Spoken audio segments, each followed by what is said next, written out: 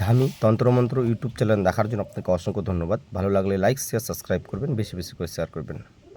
আজকে নিয়ে আছি আমি একটা কালি লাগান মন্ত্র, 24 ঘন্টায় রেজাল্ট। তো মন্ত্রটা আগে ভালো করে শুনবেন, মন দিয়ে, যেন ভুলভাল না হয়, না হলে রিস্কে পড়ে যাবেন, পুরো রিস্ক, জটিল সমস্যায় পড়ে যাবেন। তো উদ কালী চুদ কালী, কালী চতুর্বেদী, তিসাল কোটি দেবতা, ধরিল ফেন্নির, করিল মস্তক হেট, আয় আয় ফেন্নি, ফেন্নার ঘরে আয়, ফেন্নার ঘরে না আসিলে পরাণ অঙ্গ জ্বলিয়া যায়, অন্তর কাপে মন কাপে, কাপে ফেন্নির আত্মা, কালী কালী বলে ফেন্নি ছুটিল ফেন্নার ঘরতা, ফেন্নার ঘর আসিয়া ফেন্নি মাথা করে ঘেট, দোহায় লাগে ফেন্নি খিলামু তোর হৃৎপিণ্ড, মাথা করিস ভর, করিবু ফেন্নার সংসার, দোহাই মা কালী, দোহাই মা কালী, দোহাই মা কালী, দোহাই মা কালী, 3 বার। হ্যাঁ, এবার ব্যাপারটা বলছি আমি। এটা কিন্তু জটিল, 3 রাস্তায় কাজ করতে হবে। 8 খড়ি লাগবে, 8 খড়ি লাগবে, 8 খড়ি দিয়ে যজ্ঞ করতে হবে, মানে যেখানে আপনি 3 রাস্তার মোড়ে বসে আহুতি দিবেন। মন্ত্রটা আপনাকে 9 বার পাঠ করতে হবে। 8 খড়ি, আর মাহাত থাকবে, উত্তর দিকে বসবে, মানে দক্ষিণ দিকে মুখ করা থাকবে, 3 আল, ঠিক আছে? কিন্তু খুবই রিস্ক। আমি এখনও বলছি, এটাও কিন্তু রাত্রে করতে হবে, দিনের বেলা হবে না। 11:30টার সময় বা 12:30টার সময়, খুবই পাওয়ারফুল। এগুলো বিদ্যা দেওয়ার ইচ্ছা ছিল না, তবুও দিয়ে দিলাম। করে আপনারা কেন কাউকে পয়সা দিতে যাবেন, নিজে থেকেই করবেন। যদি আপনাদের ওরকম সাহস থাকে বা আপনাদের এই লাইনে যদি থাকেন কিছু পার্সেন্ট। এবার এমনও তান্ত্রিক আছে, বশীকরণগুলো আছে, ওনার কাছে কাজ করে না।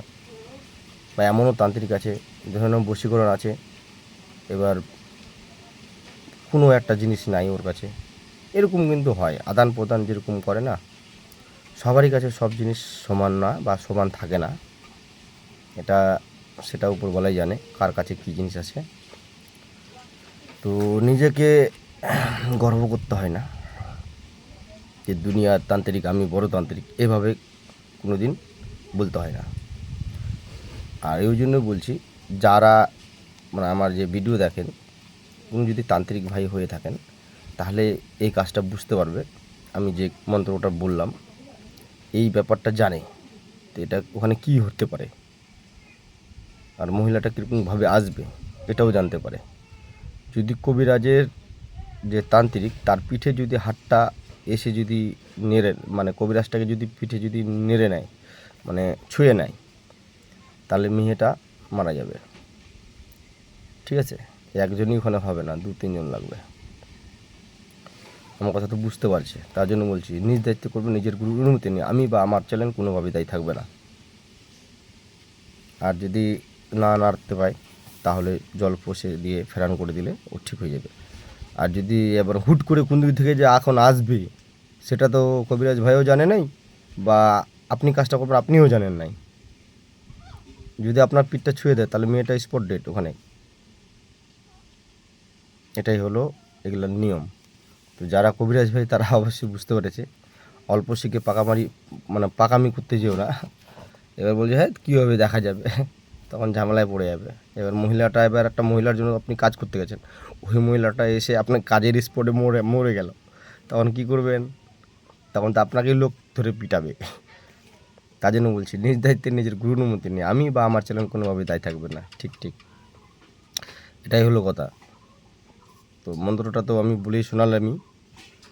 তো ওই বললাম 8 খড়ি, আর একটা আসন, লাল আসন লাগবে, 5টা কলা, 5টা পান, আর 1 জোড়া কবিতর ওখানে স্পটে একদম লাগবেই এই কাজ করার সময়। 3 রাস্তায় কাজটা করতে হবে, দক্ষিণ দিকে মুখ করে। উত্তর দিকে বসবে, দক্ষিণ দিকে মুখ থাকবে কবিরাজের, যে আর কি কাজটা করবে। ঠিক আছে, তো ভিডিওটি ভালো লাগলে লাইক শেয়ার সাবস্ক্রাইব করবেন, বেশি বেশি করে শেয়ার করবেন।